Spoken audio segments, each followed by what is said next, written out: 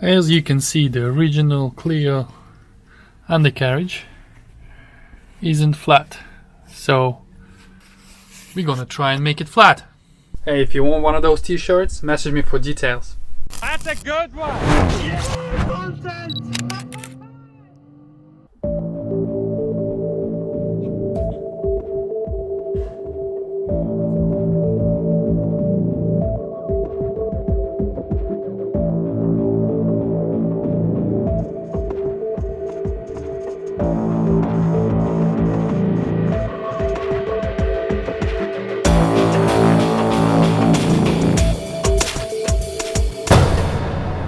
Okay, so I cut the first half. It'll be made out of two halves, something like this. Yeah, because I have exhaust still running in the center and I don't want it to go too low.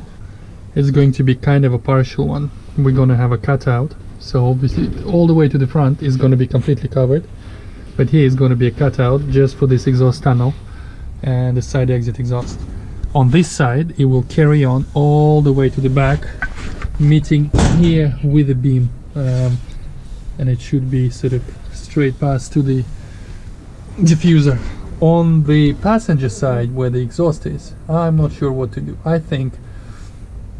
definitely don't want to go around the exhaust because it does get hot. I need air cooling to it, so I think I'll use this side and stop here, and then I'll use another cut and maybe make some kind of cover for this part, so it'll be separate. So basically this part of the exhaust will still be in the center.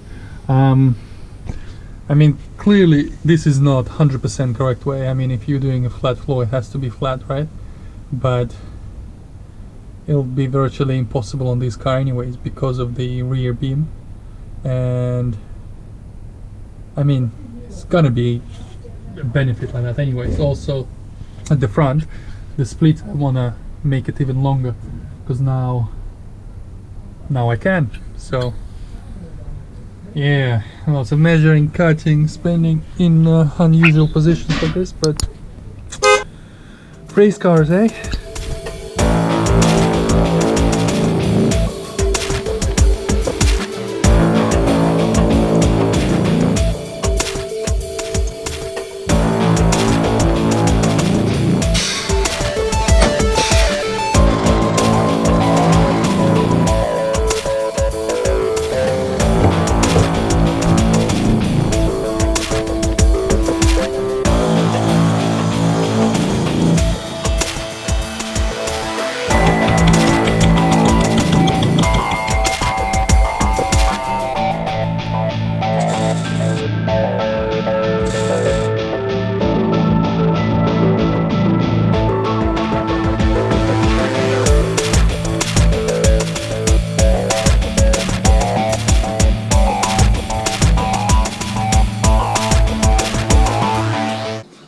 Okay, so just wanted to show you how I've done it. That's one of the brackets for the middle one. I've used the existing whatever beam separated was, cut it a little bit shorter than this one was riveted, and then we have this thing the same on the other side. That's where the edge will attach, and then we have three rib nuts onto the main chassis rail thingy. That's where the middle bit will attach, and then I made a couple of brackets like that. That's where it will attach close to the exhaust. I just need to quickly weld this in place like that, and then obviously it stops right before the exhaust, and then we have all this empty space that we need to somehow fill up. Yeah, I'm loving this. It's working out all right.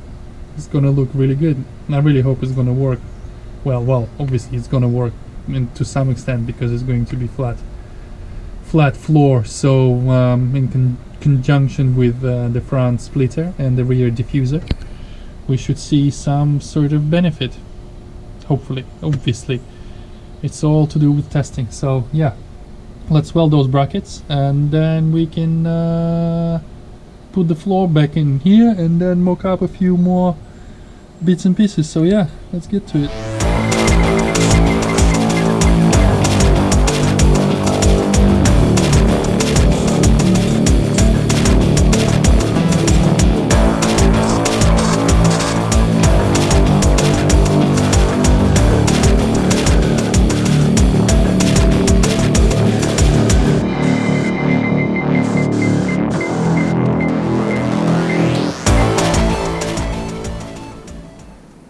I wish I had a 3-post lift. Would have been so much easier. Laying under this car for 2 days straight is no fun. Who am I kidding? It's fun. Let me update you what we have. Boom. Yep, that's pretty much flat floor. You alright?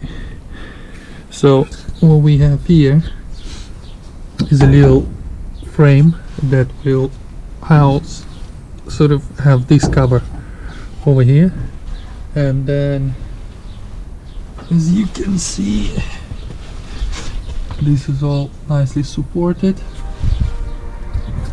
and yeah, all we have is just a cutout in the center for the exhaust, and other than that, it's a flat floor. All right. Yeah, just need to cut this bit, fit it, and then I need to attach it at the front. There's a small complication with regards to the little bendy bits I made. Let me show you. I don't want any flow of air to get under the skin. So as you can see here,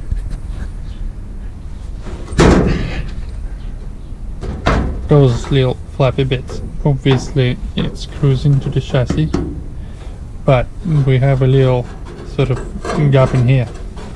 I don't want air to start getting in there, so we're gonna use plastic sheeting, and it's gonna be just riveted here, so it's just basically gonna be a protective cover for the side, and then trim a little bit here and there. But yeah, also the center, I'm just gonna rivet it most likely, so it's all uniform. And yeah, and then I can definitely move to the front, because here we need a new splitter.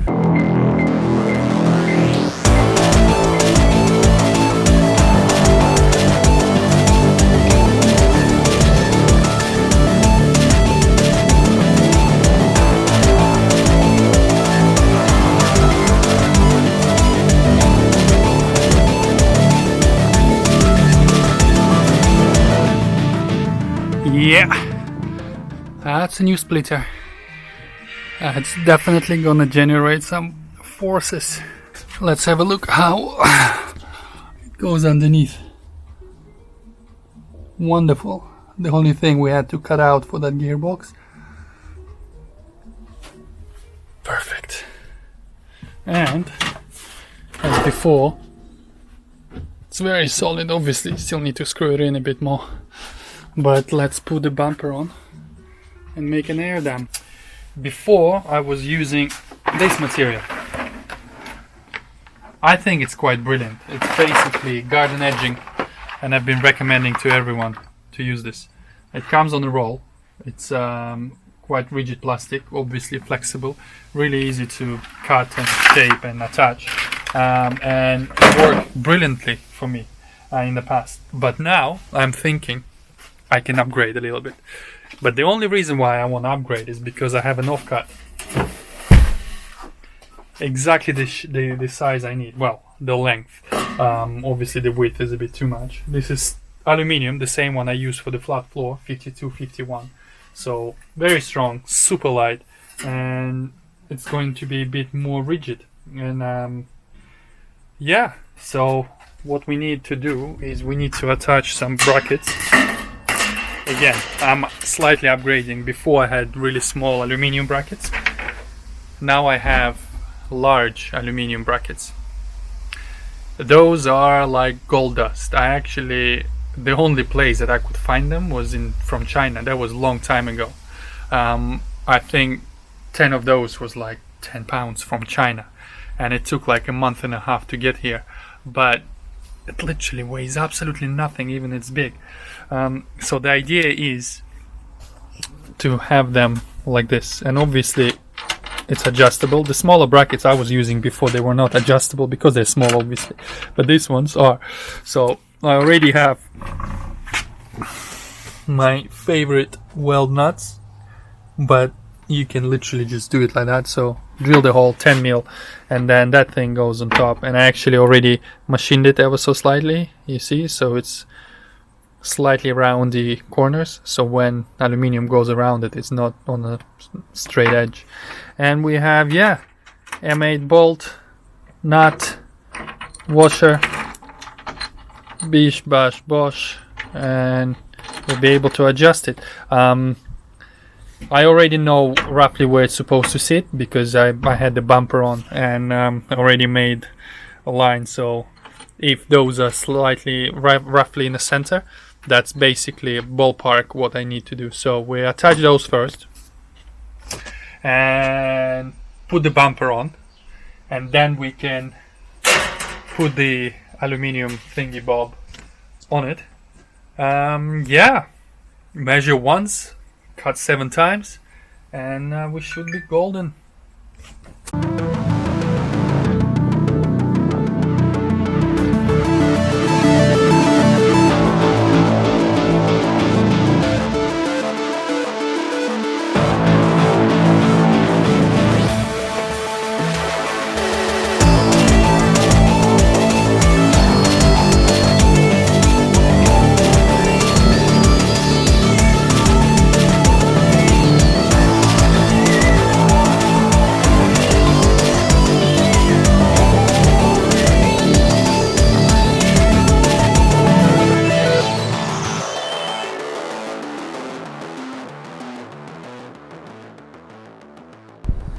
And we have completely flat floor. Amazing. I absolutely love how it worked out. It's almost truly flat except for this part, but even though it's not 100% flat, it's pretty flat. I mean, it's good. Also, this thing I hope is gonna work as the reverse NACA duct, basically sucking hot air from the engine out of the back. And over here, as you can see, that's as physically flat as probably possible, considering when the car is lowered and has weight on it, this beam is gonna be higher. It usually goes about 1.5 centimeters, and that's roughly how much we have. So it's a straight flow. I'm actually thinking maybe I could cover this part with rubber, stretchy rubber, and then obviously if this travels it'll just sort of stretch it, but this will be completely covered. So in effect, I don't know, I don't think this will change the fact that it's pretty much flat floor on the Clio.